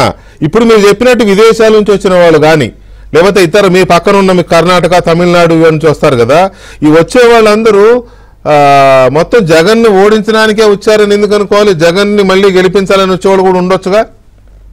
ప్రసక్తే లేదన్నా, ప్రసక్తే లేదు. మీరు రాసి పెట్టుకోండి, ప్రసక్తే లేదు. ఈ రోజు ఉదయం అందరి ఇళ్లలో కమల పుష్పాలతో శ్రీరాముడికి పూజ చేసి రామరాజ్యం కావాలని చెప్పి మంచి టీ ఒక గ్లాస్ లో తాగి సైకిల్ ఎక్కి బూతుకొచ్చారు. అర్థమైంది కదన్నా? ఈ రోజు మొత్తం ఆంధ్రప్రదేశ్ ప్రజలు కమల పుష్పాలతో శ్రీరామచంద్రుడికి పూజ చేసి రామరాజ్యం కావాలని చెప్పి టీ దాగి గ్లాస్ లో టీ దాగి సైకిల్ ఎక్కి బూతుకొచ్చిన వాళ్ళు మొత్తం ఉన్నారు. పని చేయలే, మేము కూడా వెళ్ళామన్నా. టీ తాగాను ఈరోజు, టీ తాగి వెళ్ళాను. ఎందుకంటే టీ తాగి వెళ్ళాను ఈ రోజు. చాలా అసలు నాకు చాలా సార్ బూత్ దగ్గరికి వెళ్ళినాక వెళ్ళిన వెంటనే అది అర్థమైపోయింది నాకు. ఈ రోజు పూర్తి స్థాయిలో అంటే ముందే మాకుంది ఆంధ్రప్రదేశ్ లో అధికార మార్పిడి ఉంటుంది, ఉండబోతుందని. కానీ ఈ రోజు వెళ్ళిన తర్వాత నేను మళ్ళీ నా దాదాపు 1 గంటకు ఓటేశాను. 1 గంటకు ఓటేశాను. అక్కడే బూతుల్లో తిరుగుతున్నాయి, దొంగ ఓట్లు పట్టుకోవడం. మిగతా బూతుల్లో బిఎల్ఓలు తిరుపతిలో పద్మావతి గర్ల్స్ హై స్కూల్లో బూత్ నెంబర్ 6, 7, 8లో అక్కడ నుండి బిఎల్ఓలు తీసుకొని వెళ్ళి ప్రజలు ముస్లిం వాళ్ళు వెళ్తే తీసుకుపోయి వాళ్ళే నేరుగా ఫ్యాన్ గుర్తుకొట్టి ఓటే ఇచ్చారు. ఇమీడియట్ గా ఆర్ఓ కంప్లైంట్ చేసి భీమవరంలో కూడా అలాంటి గొడవ ఒకటి జరిగింది. ఒక ఓటర్ గొడవ చేశాడు. అందుకనే ఎన్నికల విధి నుంచి తప్పించాం. సంతోషం. ఈసారి ఎన్నికల కమిషన్ వెంటనే రెస్పాండ్ అయిందన్న. ఆ దొంగ ఓట్ల విషయంలో కూడా ఎఫ్ఐఆర్ కట్టింది. కాబట్టి చాలా సంతోషంగా ఉంది మాకైతే ఈ రోజు. ఎందుకంటే అధికార మార్పిడి తొందరలోనే ఇంకా దాదాపు ఇంకొక 15-20 రోజుల్లో ఆంధ్రప్రదేశ్ లో అధికార మార్పిడి ఖచ్చితంగా ఉంటుంది. అది ఆ సూచనలు మా అభ్యర్థులు కూడా కనపడుతుంది నా అధికార పార్టీకి సంబంధించి. ఇది ఒకటి చెప్పండి, మీరు రాష్ట్ర వ్యాప్తంగా మీరు అధికార ప్రతినిధిగా ఉన్నారు, మీరు మాట్లాడుకున్న ఫీడ్బ్యాక్ తీసుకుంటారు కదా మీ పార్టీ నాయకుల ద్వారా, కూటమి అభ్యర్థులు అన్ని చోట్ల గెలుస్తున్నారా లేదా అది ఇదని. ఆ ఫీడ్బ్యాక్ ద్వారా మీకు ఎన్ని సీట్లు వస్తాయని చెప్పింది. ఇప్పుడు రామ్మోహన్ గారు 140 అన్నారు, రవి గారు ఆయన ఏ పార్టీగా సెఫాలజిస్ట్ కాబట్టి 110 అప్రాక్సిమేట్ గా 110-15 ఆ మధ్యలో ఉంటుంది అన్నారు. మీకు వచ్చిన ఫీడ్బ్యాక్ ఎలా ఉంది? మేము కూడా భారతీయ జనతా పార్టీ మా మోడీ గారి ఇచ్చిన టార్గెట్ 370లో ఆంధ్రప్రదేశ్ నుంచి ఎక్కువ స్థానాలు ఇవ్వబోతున్నాం మోడీ గారికి గిఫ్ట్ గా. దాంట్లో తిరుపతి వెంకటేశ్వర స్వామి ఇక్కడ ఈ సీట్ కూడా తిరుపతి నుంచి కూడా ఉంటుంది, దాంట్లో ఖచ్చితంగా ఉంటుంది. కాబట్టి ఆంధ్రప్రదేశ్ నుంచి మాకు ఇచ్చినటువంటి స్థానాల్లో ఖచ్చితంగా ఎక్కువ శాతం ఊహించినటువంటి శాతం సీట్లు నరేంద్ర మోడీ గారికి మేము ఇవ్వబోతున్నాం. మినిమం 4+, మినిమం అనేది 4 మాకు ఇచ్చే 6 పార్లమెంట్ లో 4 ఖచ్చితం, ఇంకా మిగతావి ఖచ్చితంగా వచ్చే అవకాశం ఉంది. 10లో 8 గెలవబోతున్నాం, 8 సీట్లు ఖచ్చితంగా. కాబట్టి ఈ రోజు ఇవన్నీ ఇంత కాన్ఫిడెంట్ గా ఎందుకు చెప్తున్నామంటే ప్రజల మార్పు వచ్చిందన్న. ఈరోజు ప్రజల మార్పు వచ్చింది. రావాలి జగన్, కావాలి జగన్ అని చెప్పి 2019లో ఆయనకి ఓటేసిన పాపానికి ఆ రోజు ముద్దులు, ఈ రోజు మాకు గుద్దులు అంటున్నారన్న. 2019లో ముద్దులు పెట్టి మొత్తం ఓట్లు గెలిచిన తర్వాత ప్రజలు గుద్దేవారు. కాబట్టి మాకు ఈ గుద్దులు ప్రభుత్వం వద్దు, మాకు చల్లని ప్రభుత్వం కావాలి, చంద్రుని ప్రభుత్వం కావాలని చెప్పి ఆంధ్రప్రదేశ్ ప్రజలు భావించారని చెప్పి 3 పార్టీల కలయిక, ముఖ్యంగా డబుల్ ఇంజిన్ సర్కార్. ఆంధ్రప్రదేశ్ ఈ కష్టాల నుంచి, ఈ నష్టాల నుంచి బయటపడాలంటే ఖచ్చితంగా డబుల్ ఇంజిన్ సర్కార్ రాష్ట్రంలో, కేంద్రంలో ఒకే పార్టీ ఉంటే ఖచ్చితంగా ఆంధ్రప్రదేశ్ బాగుపడుతుందని చెప్పి ప్రజలు భావించారు. ఒక్క నిమిషం భానుగారు. వెంకటేశ్వర గారు నమస్కారం. జనసేన పార్టీ అనాలిసిస్ ఎలా ఉంది, అబ్జర్వేషన్ ఎలా ఉంది? ఓవరాల్ గా చూసినప్పుడు మీ మిత్రపక్షాలు 2 ఎలాగైతే ఆశాభావంతో ఉన్నాయో, మార్పు తథ్యం అనే ఆశాభావంతో మీరు అలాగే ఉన్నారా, లేకపోతే అక్కడక్కడ ఎక్కడన్నా డౌట్స్ కొడుతున్నాయా? గారు మీకు అలానే ఛానల్ పెద్దలందరికీ కూడా పేరు నమస్కారం. నమస్తే. మేము కూడా మీరు అన్నట్టుగా మార్పు అనేది సత్యం. అది సీట్లు ఎన్ని అనేది ఇంకప్పుడే కష్టం. కానీ మీరు తులసిరెడ్డి గారు చెప్పినట్టుగా మేము కూడా ఇప్పుడు దాకా వాళ్ళతో ఫైటింగ్ చేసి వచ్చాం. ఓవరాల్ గా ఏంటి అనేది ఫీడ్బ్యాక్ కూడా నేను ఇంకా మా వాళ్ళందరి దగ్గర తీసుకునే పరిస్థితి కూడా లేదు. కానీ మార్పు అనేది మాత్రం స్పష్టంగా బలప్రసాద్ చెప్పినట్టుగా కనిపించింది. ఉదయం 6 గంటలకే పోలింగ్ బూత్ల దగ్గర నిలబడ్డారంటే ఖచ్చితంగా నేనైతే రవి గారు చెప్పినట్లుగా అదేదో వెల్ఫేర్ మాకు ఇచ్చాడు కృతజ్ఞత తీర్చుకోవడానికి అని నేనైతే ఉండదేమో అనుకుంటున్నా. అంటే ఆయన ఒపీనియన్ అని చెప్పారు. ఎందుకంటే వెల్ఫేర్ అనేది ఇవాళ ఏదో జగన్మోహన్ రెడ్డి గారు కనిపెట్టింది కాదు కదండి. అది మనకి ప్రజాస్వామ్యం ఏర్పడినప్పటి నుంచి కూడా ఏదో ఒక రకంగా ఉంటా వచ్చిందే. ఇవాళ నేను కొత్తగా కనిపెట్టింది ఏమిలే. నాకు తెలిసిన దాంట్లో అమ్మఒడి అనేది ఒకటి చెప్తే కొత్తగా కనిపెట్టింది ఏం లేదు, కానీ కొత్త ఒక వింత పాత ఒక రోత అంతే. ఎప్పటికప్పుడు మనకి కొత్త ఒక వింత. జగన్ అన్న వైఎస్ఆర్ పేరుగా కొత్త, అంతమించి వాటిలో ఏమి లేదు. వాటిలో ఇప్పుడు స్కాలర్షిప్ ఉంటే దాన్ని తీసేసి దీవెన, ఎందుకంటే దీవెనలు ఇవ్వడం అలవాటు కదా, అందుకని స్కాలర్షిప్ బదులు దీవెన అన్నాడు చెప్తే అట్లా పేర్లు మార్చేది తప్ప అంతమించి ఏమి లేదు. అందుకని నేను అది పెద్దగా రోల్. మీకేమనిపించింది? మీరు ప్రజల్లోకి వెళ్ళారు కదా, పోలింగ్ జరుగుతున్న ప్రాంతాలకు వెళ్ళారు కదా, ప్రజల్లో నాకైతే స్పష్టంగా అనిపించింది ఏంటంటే ప్రభుత్వ వ్యతిరేకత అనేది క్లియర్ గా కనిపించింది నాకైతే. ఎందుకంటే వెల్ఫేర్ అనేది నిదానంగా సరే ఆడికేదో వేద్దాము అనుకున్నాడు, నిదానంగా వస్తారు వేద్దాము అనుకుని, అంతేగాని వేసేయాలి అంత కసితో పొద్దున వచ్చి కూర్చోడు కూడా. ఆ కసి ఎవరికి ఉంటుంది? దెబ్బతిన్నవాడికి కసి ఉంటది. అవును, లాభం పొందినవాడికి నిదానంగా వద్దామనుకుంటాడు, అంతేగాని పొద్దున్న వచ్చి కూర్చోడు. నాకు తెలిసినంత వరకు ఆ వేరేషన్ ఖచ్చితంగా కనిపించింది. జనం అంత ఎత్తున నాకు తెలిసి ఇంకా మా గుంటూరు ఇంకా కంప్లీట్ కాలేదండి. అవును, చాలా చోట్ల అవ్వలేదు. ఉమ్మడి గుంటూరు జిల్లాలో చాలా చోట్ల అవ్వలేదు, ఇంకా నడుస్తున్నాయి. చాలా చోట్ల ఉన్నారు. ఇంకా ఉదాహరణ ఏంటి చెప్పాలంటే మీకు వెంకటకృష్ణ గారు, మాచర్ల నియోజకవర్గంలో ఎంత దుర్మార్గంగా దాదాపు ఒక దశాబ్దన్నర కాలం పైనుంచి అక్కడ ఏ రకంగా రౌడీ రాజ్యం ఆయన సామ్రాజ్యం లాగా చేస్తూ ఉన్నాడు. అక్కడ చూశారు అందరూ కూడా. అసలు ఏ ఎలక్షన్ లో కూడా నుంచుంటానికి వెళ్తాను భయం. అలాంటిది ఇవాళ ఈ కూటమి తిరగబడింది. అక్కడ కూటమి తిరగబడి వాళ్ళ మీద ఐ హ్యాండెడ్ గా మా వాళ్ళు ప్రవర్తించారు. వాళ్ళ అంటే ఈ ఇండికేషన్ క్లియర్ గా జనంలో, ఇక చాలరా బాబు నీ దుర్మార్గాలు చెట్టు పెడతాము అన్నదే కదా. సో ఇవన్నీ మేము బేరింగ్ చేసుకుంటే మాకు గుంటూరు ఉంది. ఇకనే దాదాపు 1 గంట దగ్గర నుంచి మొదలైంది. ఇక్కడ ఉన్నటువంటి చిలుకూరుపేట నుంచి ఒక మంత్రి గారు మాకు ఇక్కడ దిగుమతి జరగదు అక్కడికి. అమ్మ 1 గంట దగ్గర నుంచి ఒక 15 కార్లు పెట్టుకుని దాంట్లో కుర్రవాళ్ళని అందరు పిల్లలండి, అందరు చిన్న చిన్న పిల్లల్ని ఎక్కించుకుని కూతురు మీద దౌర్జన్యానికి బయలుదేరింది. అంటే ఇవన్నీ కూడా అర్థమవుతున్నాయి. ఇవన్నీ కూడా మేము కూడా ఎప్పటించాం. ఇంకా సరే మీరు బాండి మీ వెనక నేను వస్తానని చెప్పేసి నేను కూడా కారు తిరిగి ఎప్పుడు దాకా అంచాను, మాకు వేరే కుదరలేదు.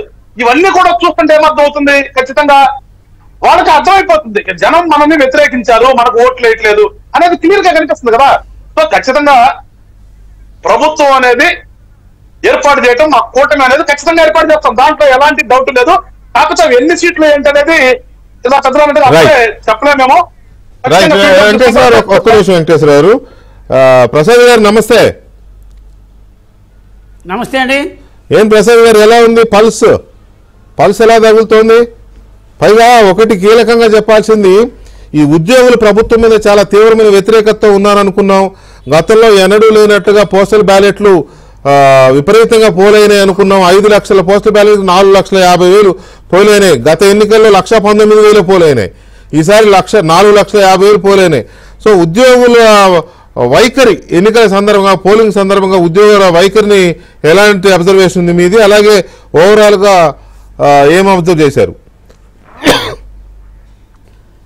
ఒకటి, ఈ ఎన్నికల సరళి ఇవాళ పొద్దున్నుంచి మీరు అబ్జర్వ్ చేస్తే ప్రజల్లో, అంటే గత 10 రోజుల క్రితం మనం ఒకసారి మాట్లాడుకున్నప్పుడు ఎన్నికల సంఘం ఎప్పుడు ఎన్నిక పెడితే ఆ రోజున వచ్చి ఓటు వేయడానికి సిద్ధపడ్డారు జనం అనేదాన్ని ఇవాళ కార్యరూపంలోకి వచ్చింది.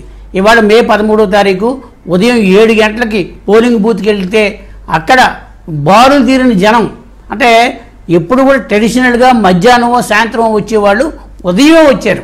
అంటే ప్రజల్లో ఎంత వ్యతిరేకత ఉంది, ఎంత కసి ఉంది.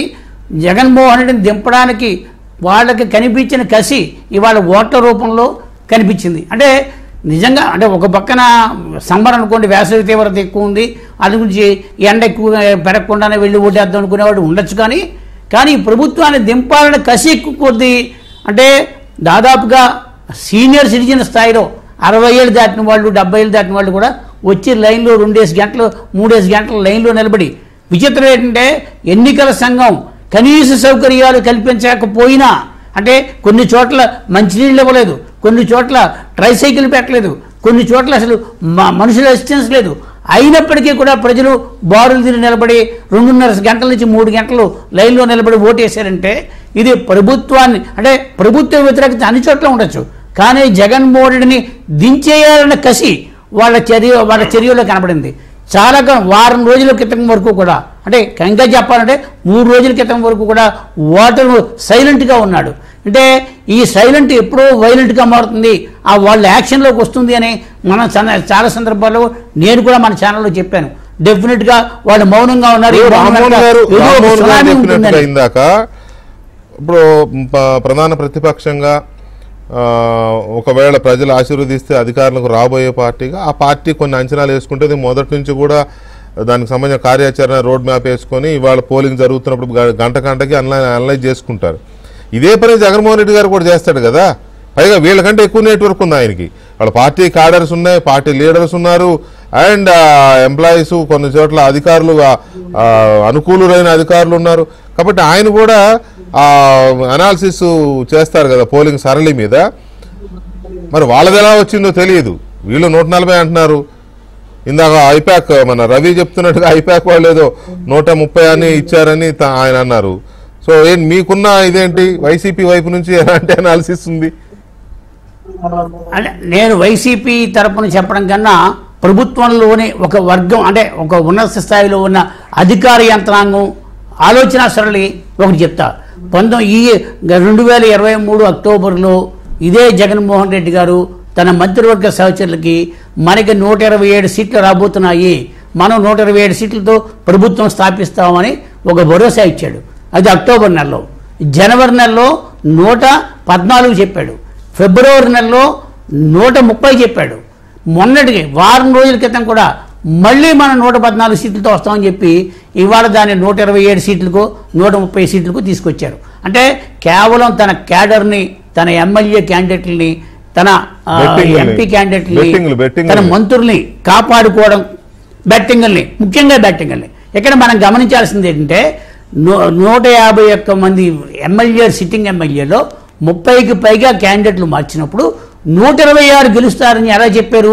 అంటే 30 మందిని గెలవగానే నలుగురే ఓడిపోయి 126 గెలిచారా? ఆ లెక్కలు ఎవరికి అర్థం కావు. నిన్న కూడా ఒక రాష్ట్రంలో మంత్రివర్గంలో ఉన్న ఒక సీనియర్ మంత్రి మా వాళ్ళు 127 చెప్పాడే అంటే నేను ఎలా లెక్కేసినా 127 కాదన్నా మీ గవర్నమెంట్ పోతోంది, బిలో 45 రావచ్చు, లేదంటే ఇంకొంచెం ఒకవేళ పెరిగితే 50 వరకు వస్తాయేమో, కానీ అంతకంటే వచ్చే అవకాశాలు లేవు, మీ ముఖ్యమంత్రి మిమ్మల్ని మిస్లీడ్ చేస్తున్నాడేమో అన్న మాట కూడా అన్నాను. అంటే ఆయన ఓపెన్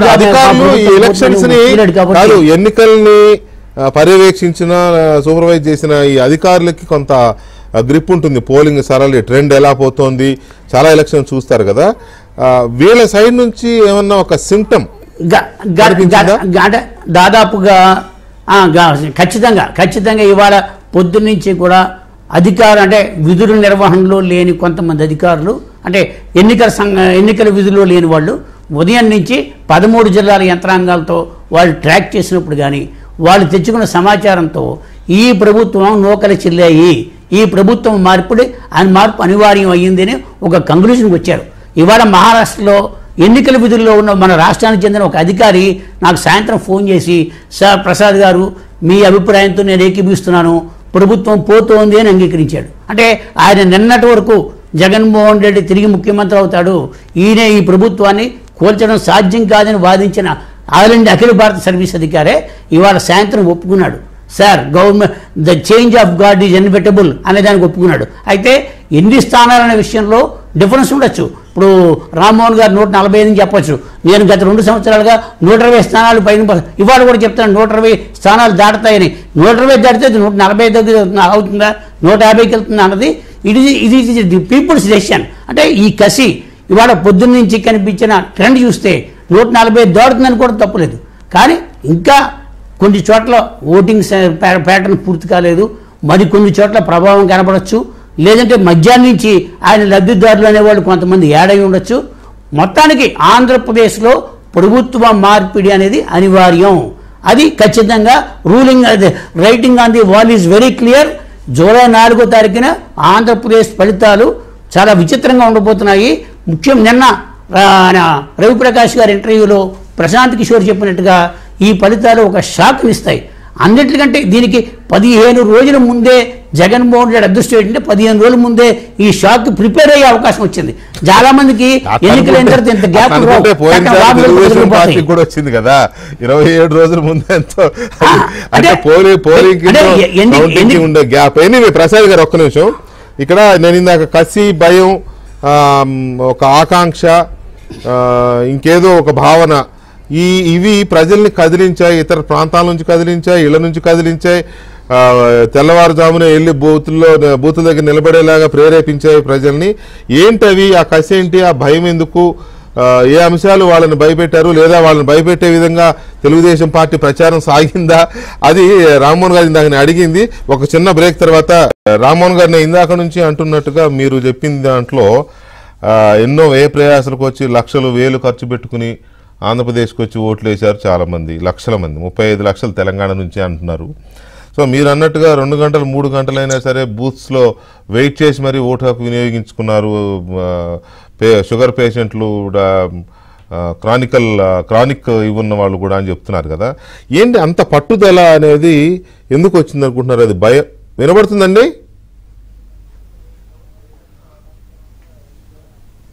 రామోహన్ గారు వినబడుతుందా? అది కాదు ఇది కదా ఆయన చెప్పింది మనకు. రామోహన్ గారు వినబడుతుందా?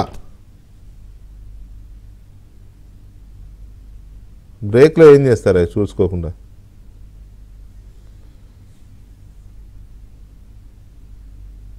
రైట్, రామోహన్ గారు వినబడుతుందా? ఇప్పుడు వినపడేది. మరి మీరు ఏమడిగారో తెలియదు. ఎంత అదే ఇందాక అడిగిందే, బ్రేక్ ముందు చెప్పిందే. అన్ని గంటలు నిలబడిన వాళ్ళు, ఇన్ని వందల వేల కిలోమీటర్లు దాటి వచ్చిన వాళ్ళు ఏ భయంతో వచ్చారా, కసితో వచ్చారా? ఒకవేళ భయం వస్తే ఎందుకు భయపడుతున్నారు, కసి వస్తే కసి ఎందుకు వచ్చింది? మీ అబ్జర్వేషన్ ఏంటి? అంటే ఒకటే వెంకటకృష్ణ గారు, ఇప్పుడు ప్రజలు మోసపోయారు, ఒక్కసారి అవకాశం అని అడిగినందుకు అధికారం ఇచ్చిన పాపానికి రాష్ట్ర ప్రజల్ని భయభ్రాంతులు చేసి వాళ్ళ ఆస్తులు లాక్కునేదాకా తీసుకొచ్చారు. ఒకటే. రెండోది, ఆ రోజు ముఖ్యమంత్రి అయిన రోజు నుంచి కూడా రివర్స్ టెండరింగ్తో మొదలుపెట్టాడు. పరిపాలనకే కొత్త నిర్వచనం తీసుకొచ్చాడు. ఎక్కడైనా ఇప్పుడు ఇందాక మనం సంక్షేమాల గురించి కూడా మన సోదరులు మారుతా ఉన్నారు. అసలు సంక్షేమ పథకాలకి ఆరాధ్య దైవము ప్రారంభించింది స్వర్గీయ నందమూరి తారక రామారావు గారు. ఆ రోజే ప్రారంభించాడు సంక్షేమ పథకాలు అనేది. సరే, ఈవేళ ఈ ముఖ్యమంత్రి పరిపాలన ఏ విధంగా ఉన్నది అనంటే, ఏ గ్రామానికి వెళ్ళినా కానీ ఎక్కడ అభివృద్ధి కనపడట్లేదు. సరే కదా, ప్రజల భయప్రాంతులు మీరు అడిగిన ప్రశ్నకు ఎందుకు వచ్చింది అంటే, దానికి పరిపాలనకే కొత్త నిర్వచనం తీసుకొచ్చారు. వాళ్ళు లేటెస్ట్గా ఈ ల్యాండ్ యాక్ట్తో ఎండింగ్ అవుతుంది. అంటే మా భూములు మా కింద ఉంటాయా ఉండవా, మా హౌస్ మా కింద ఉంటుందా ఉండదా, ఈ ఇల్లు కూడా తాకట్టు పెట్టేసి ఆయన డబ్బులు తెచ్చుకొని మరి ఏదైతే ఈవేళ ఏ ప్రభుత్వం కూడా, ఏ రాష్ట్ర ప్రభుత్వం ఎవ్వరూ కూడా అమలు పరచని విధానాలు తీసుకొచ్చాడండి పరిపాలన.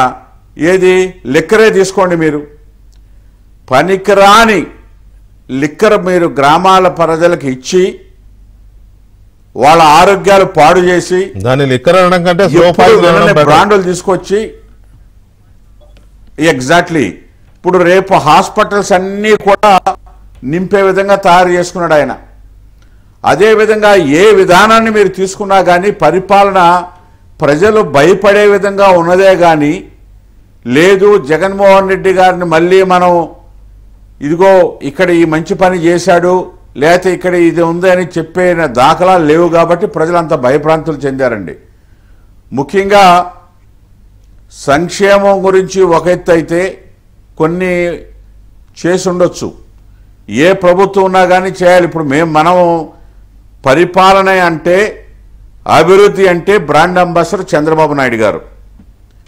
ఏమంటే అసలు రాజధాని ఎక్కడంటే చెప్పలేని పరిస్థితి ఇవాళకి కూడా. మరి ఏం చెప్తాడు ముఖ్యమంత్రి గారు?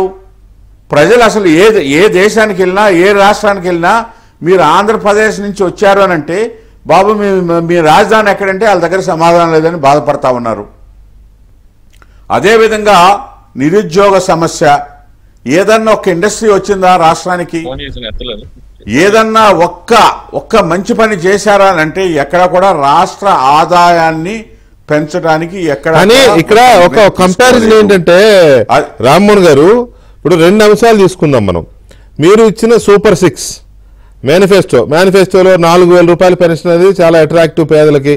సరే, అది మంచిదా కాదా ప్రజాస్వామ్యంలో అనేది పక్కన పెడితే ప్రజలకు అది అట్రాక్టివ్ స్కీమ్. తర్వాత యూత్కి ఏమో మీరు మెగా డిఎస్సీ అన్నారు, నిరుద్యోగ భృతి అన్నారు, రైతులకు 20,000 రూపాయల సంవత్సరానికి అన్నారు, మహిళలకి 3 సిలిండర్లు అన్నారు, తర్వాత బస్సు ప్రయాణం ఉచితంగా అన్నారు, నెలకు 1,500 రూపాయలు అన్నారు. ఇట్లా సూపర్ 6ని చాలా ఆకర్షణీయమైన మేనిఫెస్టో వదిలారు. ఇది అట్రాక్ట్ చేసిందా ప్రజల్ని, లేక జగన్మోహన్ రెడ్డి వేసుకున్న సెల్ఫ్ గోల్ ఆ ల్యాండ్ టైటిలింగ్ యాక్ట్ లాస్ట్ 10 daysలో వచ్చి మొత్తం ఒక భూకంపాన్ని సృష్టించినట్టు అయింది. ల్యాండ్ టైటిలింగ్ యాక్ట్తో భయాన్ని పెంచింది ఆ జనంలో. ఇప్పుడు వెంకటకృష్ణ గారు అతని పరిపాలన అసమర్థతకి మా యొక్క మేనిఫెస్టో, ఎన్డీఏ నిర్ణయాలు, అదేవిధంగా ల్యాండ్ యాక్టు అన్నీ కూడా ఒకటి కాదు, అన్నీ కూడా యాడ్ అయినాయి. ఈవేళ ప్రజలు నిజంగా చెప్తున్నాను మీకు, కారణాలు ఎన్నో అన్నట్టుగా ఈవేళ నిజంగా నేను చెప్తున్నాను, ఏ గ్రామానికి వెళ్ళినా, ఏ బూత్ దగ్గరికి వెళ్ళినా, ప్రొద్దున్న ఇందాక మన సోదరులు చెప్పినట్టుగా 6 గంటల నుంచి కూడా ఏ మాత్రము కూడా మన ఓటుని ఎటువంటి నిర్లక్ష్యం చేయకుండా వెయ్యాలనే ఉద్దేశంతో వయసును కూడా లెక్క చేయకుండా, ఆరోగ్యాన్ని కూడా ఎటువంటి లెక్క చేయకుండా ప్రజల నుంచుని ఉన్నారు అని అంటే క్యూలు కట్టి కేవలం జగన్ మీద వ్యతిరేకతతో ఇతను మళ్ళీ మనం ఏ పొరపాటు జరిగితే ఏదైనా కొన్ని తప్పులు జరుగుతాయనే భయంతో ఈవేళ క్యూలు కట్టి జనం ఉన్నారు, ఇంకా ఉన్నారు, ఇప్పుడు కూడా ఉన్నారండి, ఇప్పుడు కూడా క్యూ కట్టి ఉన్నారు. ఒకటి భగవంతుడు ప్రజల పక్షానుండి కోరుకున్నారు కాబట్టి భగవంతుడు సహాయపడ్డాడు, వానదేవుడు కూడా వర్షం రాకుండా. అదేవిధంగా యంత్రాంగం అనేక ఇబ్బందులు, హానెస్ట్గా చెబుతున్నాను సార్, మిషన్స్ ఆగిపోయినాయని, స్లోగా ఉన్నాయని అనేక రకాల ఇబ్బందులు పడ్డారు ఓటర్సు. 4 నుంచి 5 గంటలు మహిళలు ఉండి, వృద్ధులు ఉండి ఓటు వేశారు అనంటే ఆ ఓటు జగన్కు వ్యతిరేకంగా పడుతుంది. రాష్ట్రం బాగుపడాలి, రాష్ట్రాభివృద్ధి కోరుకుంటున్నారు ప్రజలు, అది బాగుపడాలి అంటే ఒక చంద్రబాబు నాయుడు గారితోనే, ఎన్డీఏ ప్రభుత్వంతోనే సాధ్యం అవుతుంది. కాబట్టి కేంద్రంలో నరేంద్ర మోడీ గారు, రాష్ట్రంలో చంద్రబాబు నాయుడు గారు, పవన్ కళ్యాణ్ గారి సహకారంతో అందరం కలిసి ఈ రాష్ట్రాన్ని, ముఖ్యంగా యువతకి ఒక దశ చూపెట్టాలి. అదేవిధంగా మహిళలకు ఏదైతే ఉందో వాళ్ళలో కూడా అనేక ఇబ్బందులు పడతా ఉన్నారు, వాళ్ళకు సరైన గుర్తింపు తీసుకొద్దాం. మహిళల వల్ల ఉచిత ప్రయాణం ఆర్టీసీ బస్సులో ఎంత మంచి గెలుపు మాదే 140 సీట్లు అంటున్నారు. చంద్రబాబు నాయుడు గారి పార్టీ ఆఫీస్ నుంచి ఇంటికి వెళ్ళేటప్పుడేమో క్యాడర్స్ అప్పుడే సెలబ్రేషన్ స్థాయిలో చేశారు, సీఎం అని నినాదాలు ఇస్తూ. ఓ పక్క 3 గంటలకు సజ్జల రామకృష్ణారెడ్డి గారు ఆయన ఒక ఆడియో టేప్ ఏదో పంపి ఉదయం నుంచి ఇప్పటి వరకు జరిగిన పోలింగ్ అంతా మనకు అనుకూలంగా జరిగింది, ఆఖరి 3 గంటలు ఇంపార్టెంట్, ప్రత్యర్థులు మన చేసే ప్రమాదం ఉంది కాబట్టి అందరూ స్టఫ్గా ఉండండి అని చెప్పి ఒక ఆడియో పంపించాడు అలా లీడర్లకి, మొత్తం బూత్ స్థాయి, మండల స్థాయి అందరికి. ఇందాక కూడా ఎక్కడో మాట్లాడుతూ గెలుపు మాదే, ఉదయం నుంచి మాకే సానుకూలంగా జరిగింది, కానీ ప్రత్యర్థులు అక్కడక్కడ రిగ్గింగ్ చేశారు. ఆయన అంటున్నాడు రిగ్గింగ్ చేశారని, అంటే వాళ్ళేమో అలా ఉన్నారు. మరి అది కాదండి, అది కాదు ఇందాక రవి గారు చెప్పారు, ఏది ఎలక్షనీరింగ్ లో ఏదైతే ఉందో ప్రజలు గమనిస్తున్నారు. వాళ్ళు ఎన్ని ప్రలోభాలు పెట్టినా, వాళ్ళ ప్రలోభాలకి లోనయ్యారని మనం భావించినా ప్రజల భయపడి ఓటు మాత్రం సైకిల్ మన ఎన్డీఏకి వేశారనేది స్పష్టంగా కనపడుతుంది. వెంకటకృష్ణ గారు, మీరు మళ్ళీ 3వ తారీఖున మనకు ఫలితాలు వస్తాయి. ఎందుకంటే ఆన్ రికార్డ్ నేను చెప్పేది ఇదేదో రాజకీయంగా డాష్ మీద మాట్లాడి వెళ్ళిపోయేది కాదు కదా. అవునవును, నాకున్న అనుభవాన్ని కానీ, అదేవిధంగా పార్టీలో ఎప్పటి వ్యవస్థాపక రోజు నుంచి ఉన్న వ్యక్తిగా మాకు, ఎందుకంటే పసుపు కుంకుమ పోయినసారి ఎన్నికలప్పుడు కూడా మా అధికార యంత్రాంగంలో చెప్పినప్పుడు మేము కూడా ఇట్లాగే ప్రలోభపడ్డాం. అదేవిధంగా ఉన్న ప్రజలందరూ కూడా మాకే వేశారా ఓటు అనుకున్నాం, కానీ చూశారు తీర్పు ఏ విధంగా ఉందో. అదేవిధంగా ఇవాళ కూడా సజ్జల గారు చెప్పినా లేదా ఇంకొక వ్యక్తి చెప్పినా, అయితే వెంకటకృష్ణ గారు ఎన్ని ఒక ఎత్తు అయితే, ఒక రాష్ట్ర ముఖ్యమంత్రిగా ఇన్ని సంఘటనలు జరుగుతూ ఉంటే వాళ్ళ నాయకులు ఏ విధంగా పొద్దునుంచి ఓటర్స్ మీద కానీ మా వాళ్ళని ఏజెంట్లను పట్టుకుపోనివ్వండి, లేదా చిత్తూరు జిల్లా మంత్రి గారు హింస పెట్టనివ్వండి, ఇన్ని జరుగుతున్నా కానీ అసలు స్పందనే ఉండదండి రాష్ట్ర ముఖ్యమంత్రి దగ్గర నుంచి. ఆ ఇన్సిడెంట్స్ మీద కానీ, లేదు పోనీ ఓటర్స్ క్యూలో ఉన్నారు అని అంటే కనీసం వాళ్ళకి వసతులు కల్పించాలని కానీ, వాళ్ళకి పవర్ ఉందా లేదా వాటర్ ఏమైనా ఇవ్వాలన్నా కానీ ప్రభుత్వంలో ఉన్నప్పుడు ముఖ్యమంత్రిగా ఉన్నప్పుడే స్పందించలేదు, ఆపద్ధర్మ ముఖ్యమంత్రిగా ఎక్కడ స్పందిస్తారండి? మీ ఆశలు మరి దురాశ పేరాశల. రైట్. ఎనీ రామ్మోహన్ గారు ఒక్క నిమిషం అండి. కాదు కనీసం యు ఆర్ రైట్. అందులో రెండో ఆలోచన. ఒక్క నిమిషం రామ్మోహన్ గారు. రవి గారు, ఇక్కడ ఇందాక ఇంకో సెఫాలజిస్ట్ ఒక ఆయన ఎక్కడో చెప్తున్నారు, పూర్తి పోలింగ్ పర్సంటేజ్ వచ్చేదాకా చెప్పలేము అనేది ఒక మాట. తర్వాత ఎవరు గెలిచినా 2% డిఫరెన్స్ ఉంటుంది అని ఆయన చెప్తా ఉన్నారు. బట్ 2019లో దాదాపు 9% పైన ఉంది కదా డిఫరెన్స్. ఈసారి ఎందుకు 2% అంటున్నారు అనేది నాకు అర్థం కాలేదు. తర్వాత ఎవరు గెలిచినా 2% అంటున్నారు అంటే ఆయన బొమ్మ బరుసు రెండు పెట్టుకున్నారేమో తెలియదు. సో దీని మీద మీ కామెంట్ ఏంటి? నేను ఒక విషయం చెప్పాలి. పెద్దలు ఖమ్మంపేట రామ్మోహన్ గారు కానీ యాదవ వెంకటేశ్వరరావు గారు కానీ వెల్ఫేర్ పాయింట్ ఆఫ్ వ్యూలో నేను చెప్పింది ఏంటంటే, వెల్ఫేర్ అనేది ఏ ప్రభుత్వానికి కూడా పాజిటివ్ ఓట్ బ్యాంక్ ని క్రియేట్ చేయలేదు. దానికి బెస్ట్ ఎగ్జాంపులే కేసీఆర్ గవర్నమెంట్ ని మనం చూసాం. వెల్ఫేర్ ని తను ప్రామాణికంగా తీసుకుంటే ఆ వెల్ఫేర్ లోనే తను రూరల్ నియోజకవర్గాలన్నీ పోగొట్టుకున్నాడు. డెవలప్ చేసిన దగ్గర అర్బన్ నియోజకవర్గాలు గెలిచాడు. మీరు ఇదే మీకు లాస్ట్ టైం కూడా మన డిస్కషన్స్ లో చాలా సార్లు చెప్పా, మునుగోడు బై ఎలక్షన్స్ లో కోమటిరెడ్డి రాజగోపాల్ రెడ్డి గారు బీజేపీకి పోటీ చేస్తే, పాల్వాయి ఇంకొక పర్సన్ టీఆర్ఎస్ కి పోటీ చేస్తే, అధికారంలో ఉన్న టీఆర్ఎస్ పార్టీకి కోమటిరెడ్డి రాజగోపాల్ రెడ్డి గారికి కేవలం 6,000 ఓట్ల తేడానే వచ్చింది. ఎందుకంటే ఓటర్ అనేవాడు ఆ నియోజకవర్గంలో బెనిఫిట్ 1,16,000 గృహాలకి కేసీఆర్ ఆ నియోజకవర్గంలో మునుగోడు నియోజకవర్గంలో వెల్ఫేర్ స్కీమ్స్ ని అందించిన నియోజకవర్గంలో రాజగోపాల్ రెడ్డి లాంటి బలమైన నాయకుడు నిలబెడితే 87,000 ఓట్ల వరకు వచ్చాయనేది మన హిస్టరీ కూడా చెప్తుంది. సో వెల్ఫేర్ ని ప్రామాణికంగా తీసుకోవట్లేదు ఇక్కడ. రెండో పాయింట్, ఇప్పుడు మీరు చెప్తున్న 2% 3% కోసం నేను చెప్పాలనుకుంటే నేను చాలా క్లియర్ గా చెప్పాను ఏంటంటే, 63 నియోజకవర్గాల్లో వైసీపీకి ఎడ్జ్ అనేది కనిపిస్తూ ఉంటే అందులో 10 నియోజకవర్గాల్లో ఆల్ పోల్ మెయిన్ మేనేజ్మెంట్ అనేది వీక్ ఉంది. సో ఎడ్జ్ అనేది ఎటువైపు వెళ్తుందో చెప్పలేము. వేరాజ్ కమ్స్ టు ఎలియన్స్ పార్టీస్ కి వచ్చేటప్పటికి 101 నుండి 102 దగ్గర ఉన్నా 41 నియోజకవర్గాల్లో వాళ్ళు పోల్ మేనేజ్మెంట్ లో వీక్ గా ఉన్నారు. ఈ పోల్ మేనేజ్మెంట్ ఎడ్జ్ అనేది టీడీపీఏ పూర్తిగా తీసుకోగలిగితే 104 నుండి 114 worst case of poll management లో 120+ అనేది best performance of the poll management లో వస్తుంది అనేది నేను చాలా క్లియర్ గా చెప్పా.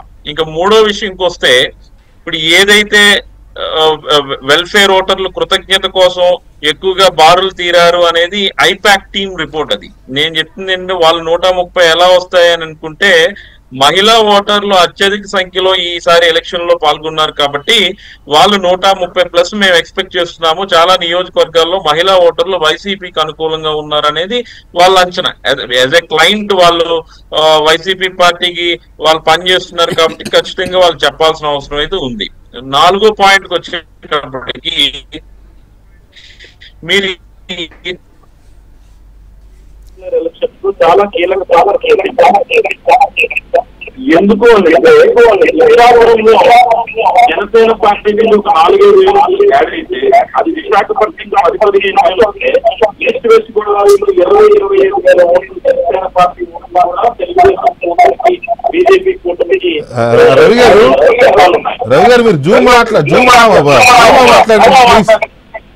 ఫోన్ మాట్లాడండి.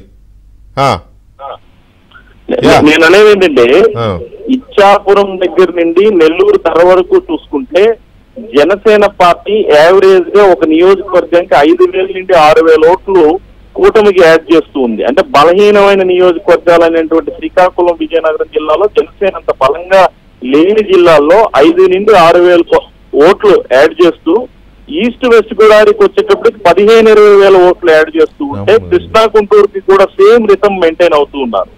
సో దానికి అనుగుణంగా మీరు చూసుకుంటే వైసీపీ పార్టీ 2019లో 25,000+ మెజారిటీ వచ్చిన నియోజకవర్గాలు కూడా ఈ రోజు చతికిల పడే పరిస్థితి ఎందుకున్నది అంటే, 15,000 20,000 జనసేన ఓట్లు యాడ్ అయిన దగ్గర యావరేజ్ గా ఒక నియోజకవర్గంలో 3-4 వేల ఎంప్లాయీస్ పోస్టల్ బ్యాలెట్ ఓట్లు వాళ్ళకి అనుకూలంగా వస్తాయి కూటమికి.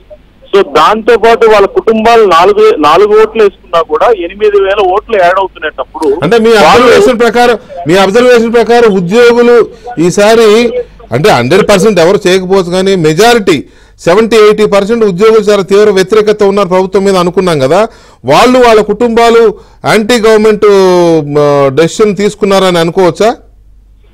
ఖచ్చితంగా. ఇప్పుడు ఉద్యోగస్తులు అనే వాళ్ళు ఈ రోజు కాదు, విజిబుల్ యాంటీ ఇన్కంబెన్సీ ఫ్యాక్టరీ రాష్ట్రంలో ఏదైనా కనిపించిందంటే అది వైసీపీ ప్రభుత్వం పరిపాలన మొదలు పెట్టినప్పటి నుండి కూడా విజిబుల్ యాంటీ ఇన్కంబెన్సీ ఫ్యాక్టరీ రాష్ట్రంలో ఉన్నది ఒక ఎంప్లాయీస్ ఉద్యోగులతోనే స్టార్ట్ అయింది. అవును.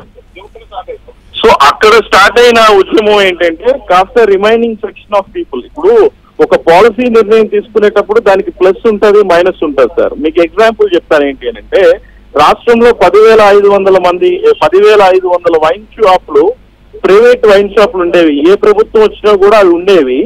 అవి ఏంటంటే ఆ ప్రాంతంలో ఉన్న ఒక నాయుడు గారో, రెడ్డి గారో, చౌదరి గారో, లేకపోతే ఇంకొక సామాజిక వర్గమైన వ్యక్తి 30-40 లక్షలు పెట్టుబడి పెట్టి దాని బార్ లైసెన్స్ అనో లేకపోతే వైన్ షాప్ పాడుకుని దాని మీద ఒక 10-15 కుటుంబాలు బతికేవి వాస్తవంగా. ఈ 10,500 షాపుల్లో 10-15 ఇప్పుడు 4 కుటుంబాలే బతుకుతున్నాయి. అమ్మేవాడు, స్టోర్ కీపరు, సెక్యూరిటీ గార్డు, 3 ఉద్యోగాలతో. అది కాదు, అసలు మొత్తం షాపుల మీదే 4 కుటుంబాలు బతుకుతున్నాయి. నేను దాని జోలికి పోవట్లేదు, నేను మీకు క్రిటికల్ అనాలిసిస్. పౌరుడే కదా మీరు దాని జోలికి ఎందుకు వెళ్ళరు? మీరు వెళ్ళాలి కదా, మంచి చెడు అనాలి. మాట్లాడేటప్పుడు చెప్తున్నా, ఆ 10,500 షాపుల్లో పనిచేస్తున్న 3 కుటుంబాలకి 10,500 షాపుల్లో గతంలో పనిచేసిన 10 కుటుంబాలకి ఎంత తేడా ఉందో మీరు ఇక్కడ అబ్జర్వ్ చేసుకోండి. రైట్. ఒక్క నిమిషం రవి గారు. రవి గారు, లాస్ట్లీ ప్రసాద్ గారు, ఇక్కడ ఇప్పుడు రవి గారు చెప్పిన అనాలిసిస్ అంతా చూస్తే వేవ్ క్లియర్గా ఉంది. సరే, పోల్ మేనేజ్మెంట్ అనేది ఒక చోట తక్కువ, ఒక చోట ఎక్కువ, కొన్ని 10 స్థానాల్లో వీళ్ళు వీక్గా చేసి ఉండొచ్చు, ఒక 20-30 స్థానాల్లో వాళ్ళు వీక్గా చేసి ఉండొచ్చు. అయ్యి డెఫినెట్గా ఉంది. పోల్ మేనేజ్మెంట్ అనేది చాలా కీ రోల్ ప్లే చేస్తుంది. అయితే ఒక వేవ్ అనేది వచ్చినప్పుడు ఆ వేవ్ అలాగా కొట్టుకుపోతుంది. ఇప్పుడు 2019లో జగన్మోహన్ రెడ్డి గారు అన్ని చోట్ల ఒకేలాగా చేశాడు ఆ పోల్ మేనేజ్మెంట్. అసలు ఒక రకం చెప్పాలంటే మేనేజ్మెంటే చేయలే. వీళ్ళ వీక్ మేనేజ్మెంట్ వల్ల ఆయనకి అది అడ్వాంటేజ్ అయింది, బీజేపీతో శత్రుత్వం పెట్టుకోవడం వల్ల. ఓకే, ప్రసాద్ గారు వింటున్నారా? ఈ పరిస్థితుల్లో ఇప్పుడు అరకు లాంటి ఒక పార్లమెంటు నియోజకవర్గంలో వైసీపీకి అడ్వాంటేజ్ ఉంది, విజయనగరం జిల్లాలో కొన్ని అడ్వాంటేజెస్ ఉన్నాయి, అలాగే కర్నూలు జిల్లా, కడప అంటే పోనీ ఆయన సొంత జిల్లా అనుకోవచ్చు, కర్నూలు జిల్లాలో కూడా 50-50 వస్తాయి. లేదు, నెల్లూరు, ఒంగోలు స్వీప్ అనుకున్న జిల్లాల్లో కూడా ఇవాళ వైసీపీ 3-4 సీట్లు ఇక్కడ, 3-4 సీట్లు అక్కడ తీసుకునే పరిస్థితి ఉంది. చిత్తూరులో కూడా 50-50 అనే పరిస్థితి వచ్చిన వార్తలు వస్తున్నాయి కదా.